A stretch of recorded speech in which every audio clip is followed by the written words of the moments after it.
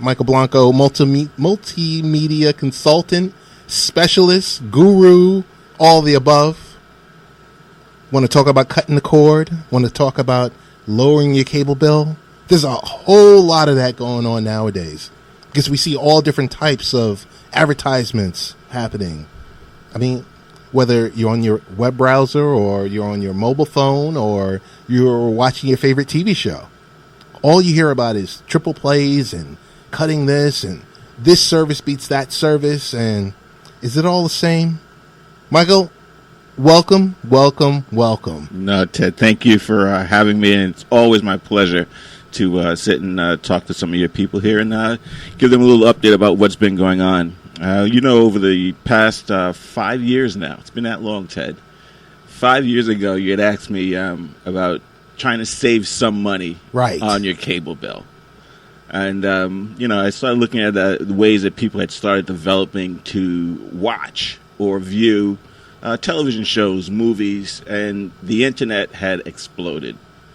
And it was just an open door for a lot of the companies. And I told you at that time, I said it's no longer going to be what cable company or what service provider you're with, but how much bandwidth.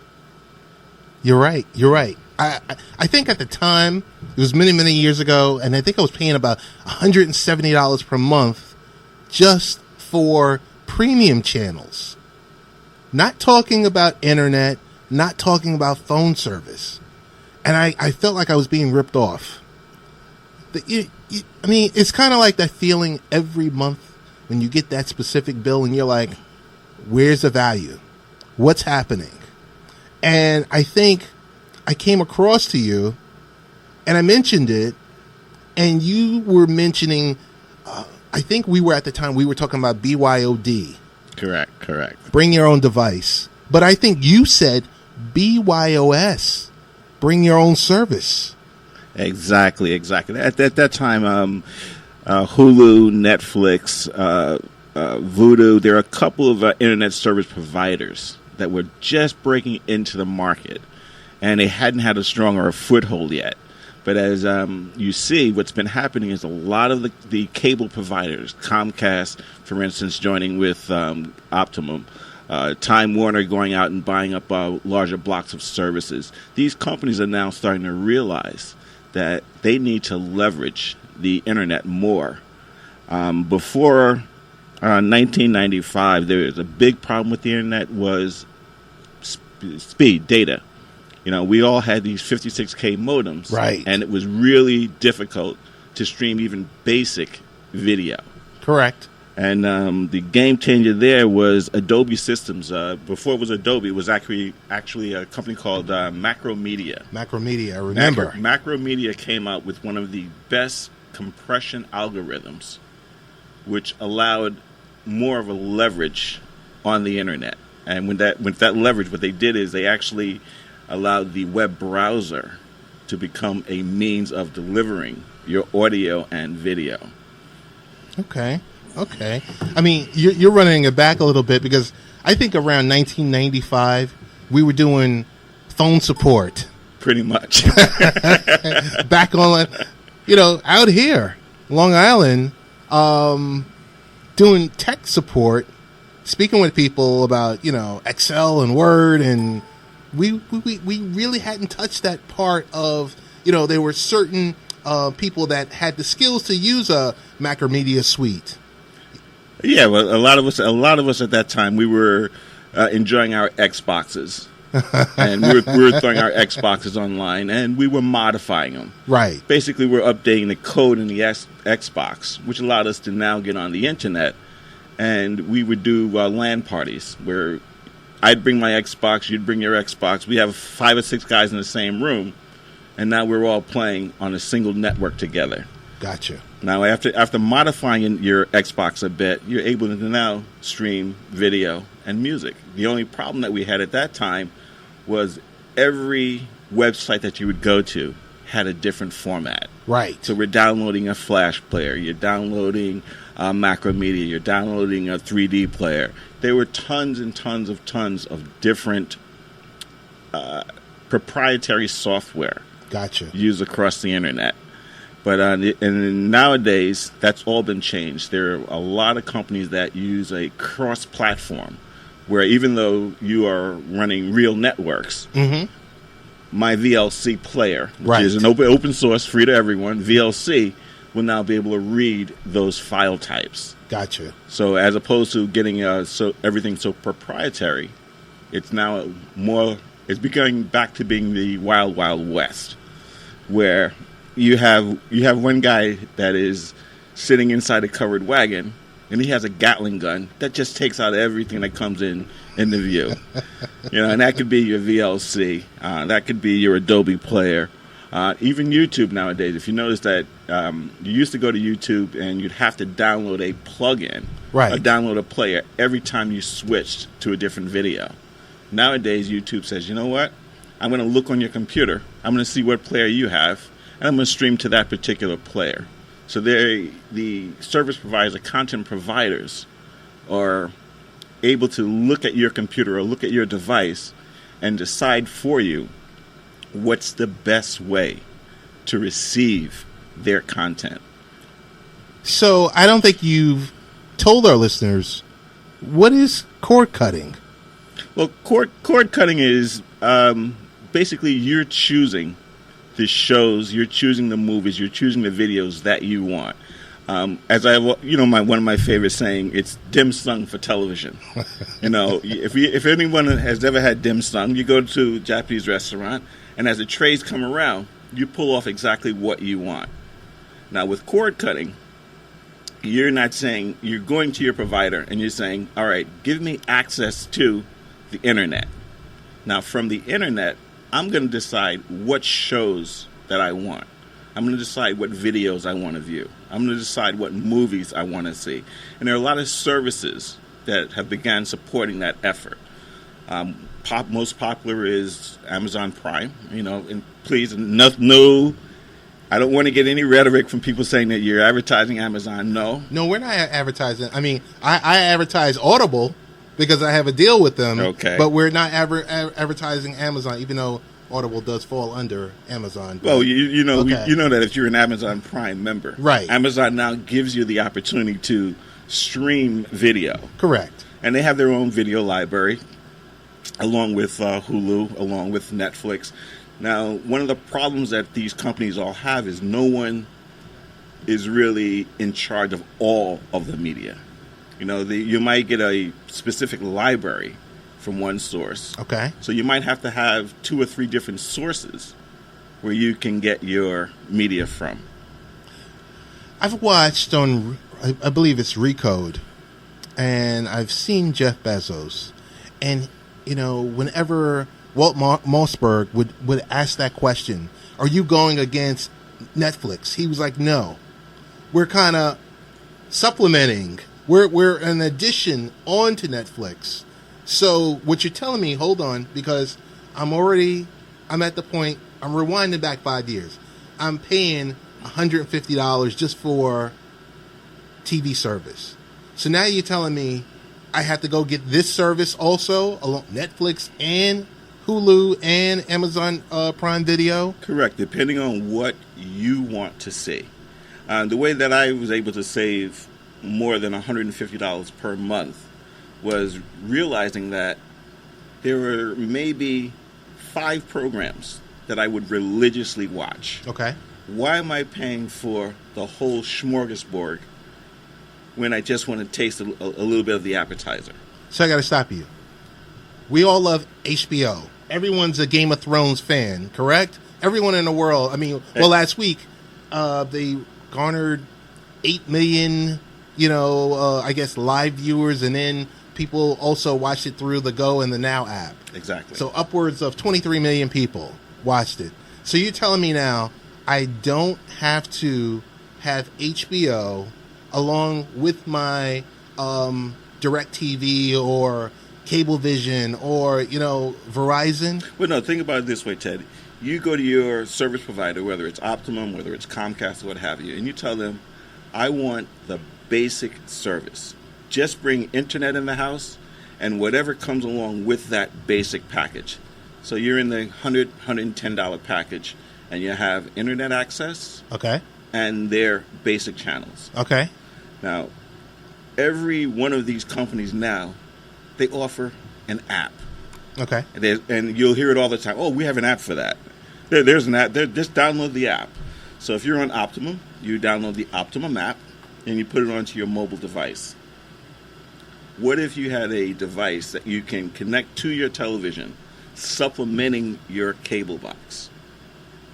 When I'm saying supplementing your cable box, there are tons of Android devices, Amazon Fire Sticks, multiple devices out there that would allow you to connect to the internet in order to stream or to download videos. You don't want to download and save the files for posterity, but what you do want to do is to be able to stream that file in order to watch that particular show. I'm going to say I have a problem with this because I want someone telling me when my favorite show comes on. Well, with a lot of these applications, with a lot of these devices, you get a menu, and the menu comes up and says, okay, here goes Game of Thrones Season 1. Here goes every single episode. You now, like I said, dim sum, pick the episode that you want to watch. And you're streaming it live. You're streaming that particular episode. And it's on 100 different servers, 100 different places around the world where that file is available. Gotcha. Okay, so we're talking a little bit about mirroring. We're talking about a lot of stuff here, so I want to just bring it back for a second. So tell me this, because TV as we know it has lived a great life for 50 years. And now what we're seeing is that life, or that traditional, that legacy model is dead. What these millennials are doing nowadays, and I don't want to attach it to the millennials, but with going with an OTT type system, with going with a cord cutter type system, the consumer is dictating what they want to do. Exactly. They don't want to be told, hey, your favorite show comes on Tuesday at 8 o'clock. Well, a lot of times my favorite show comes on Tuesday at 8 o'clock, and I'm working, or I'm in traffic, I'm on the way home. So why is it that Cablevision will only show that show at 2 o'clock? And nothing against Cablevision, nothing against all the big service providers, but that model has to change. And our speed of life now, we're always on a mobile device. Correct. Either we're on a phone, we're on a pad. We are mobile now. So correct. We don't want to be attached to home. You don't want to be attached to a cable in the house when you want to watch a favorite program. You know, a lot of us back in the 80s, we all knew that bootleg DVD guy.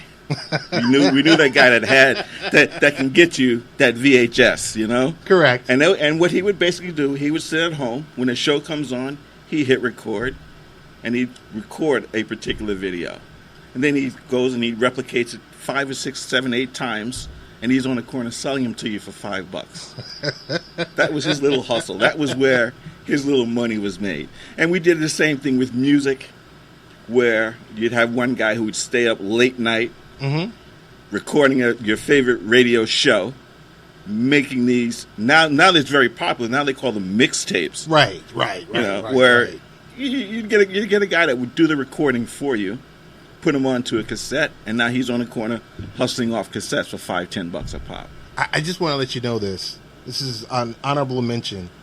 I remember being younger and listening to Marley Marl and Mr. Magic and Cool DJ Red Alert and making those cassette tapes. Because we all used to do it. Exactly. I wouldn't go out there on a corner and say, hey, you want to do this? But, I mean, I do want to mention this. The fact you brought up a topic, we kind of touched this topic back in late April on our podcast. And now with you bringing it to WGBB, I think it's really, really interesting because cord cutting is at an all-time high. The apps, everything it seems like these legacy companies have even embraced this model now.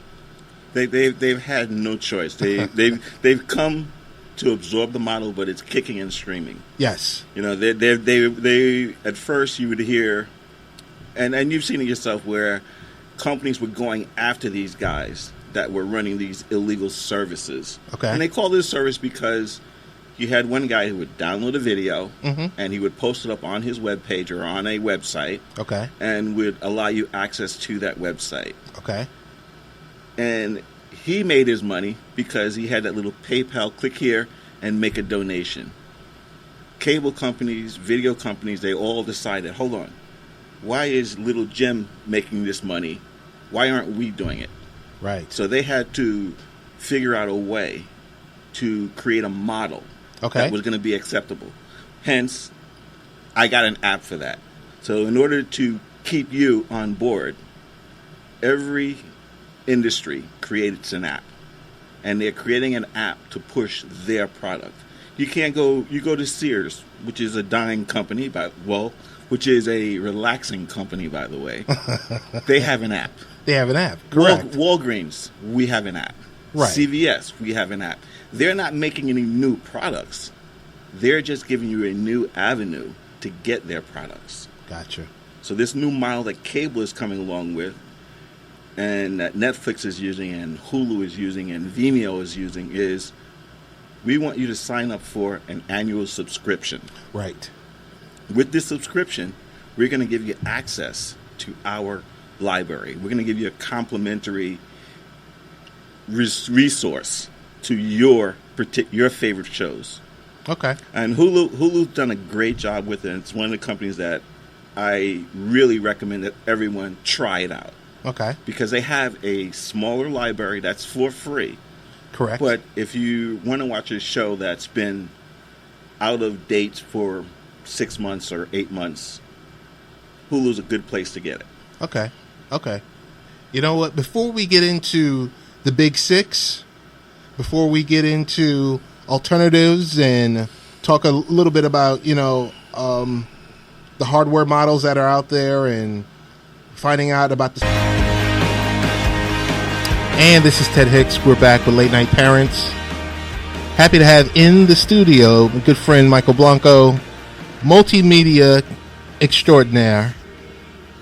First part of the show we were talking about, I believe the subject is, are you ready to cut the cord?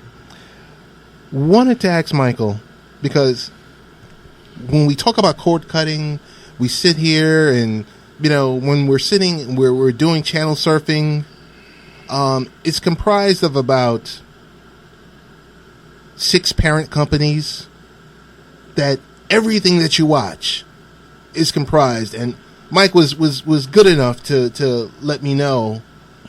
I'm going to put it out there to him. The 6 companies that control everything. I mean, so it's 6 big media industry corporations that control the world of music, TV, you name it. All right, well, Ted, I'm going to go over some of the stats that we have here from 1983 only up to 2011. And we only went to 2011 because after 2011, a lot of these companies were being merged. You had Time Warner, as we said, when it came across with Optimum. Comcast had started buying up blocks.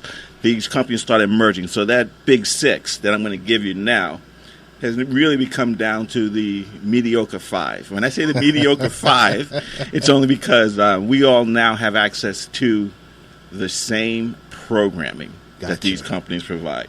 Let's start off with GE, News Corp, Disney, Viacom, Time Warner, and CBS.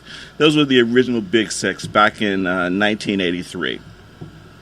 GE actually owned large portions of Comcast, NBC, Universal Pictures, and Focus Features.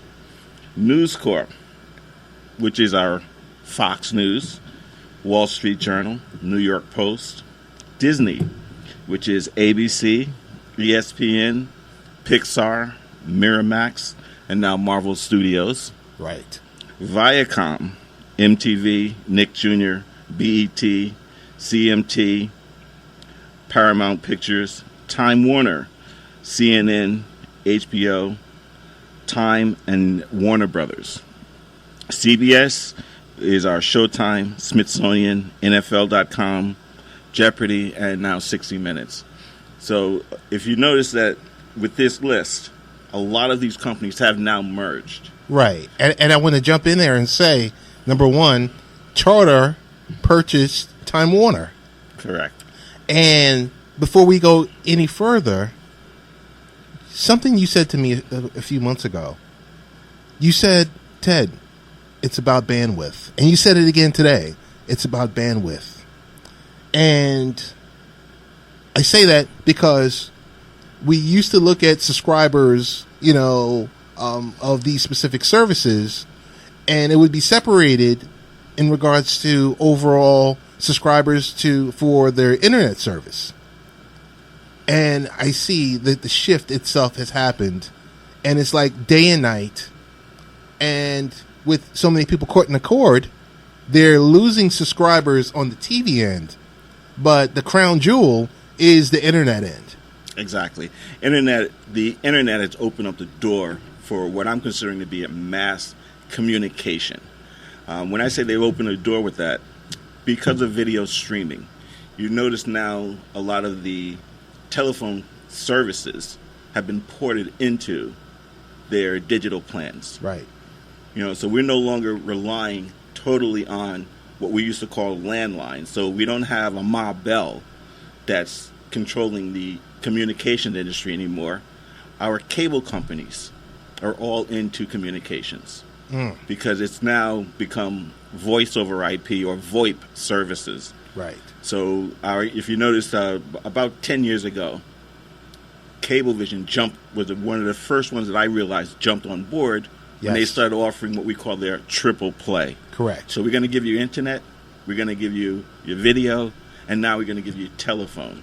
And that was all leveraged because of bandwidth.